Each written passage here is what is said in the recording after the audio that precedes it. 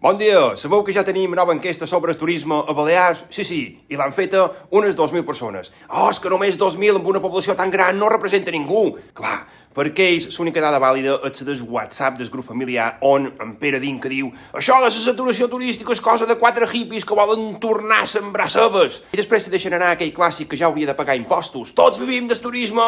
Jo també, jo faig monòlegs a les 3 del matí en un apartament de Magallú, una economia circular.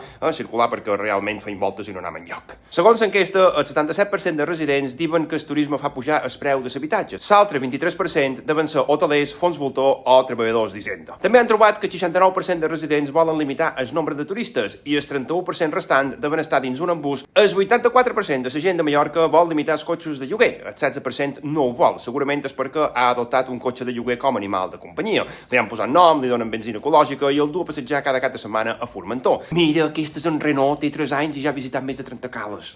I alerta en l'estadística que més va fer tremolar. El 80,5% de residents estan a favor de limitar els lloguers turístics en habitatges particulars i el 19,5% que no, segurament han convertit el galliner de casa seva en un loft rural amb banyera d'hidromassatge. Menys si mos entenem. Aquesta enquesta l'ha feta una agència del govern. I el que diu és clar, Mallorca està saturada, que si la mireu de perfil ja té panxa d'estrès, com jo. Així que sí, vivim del turisme, però hi ha maneres de viure i després hi ha el que tenim nosaltres.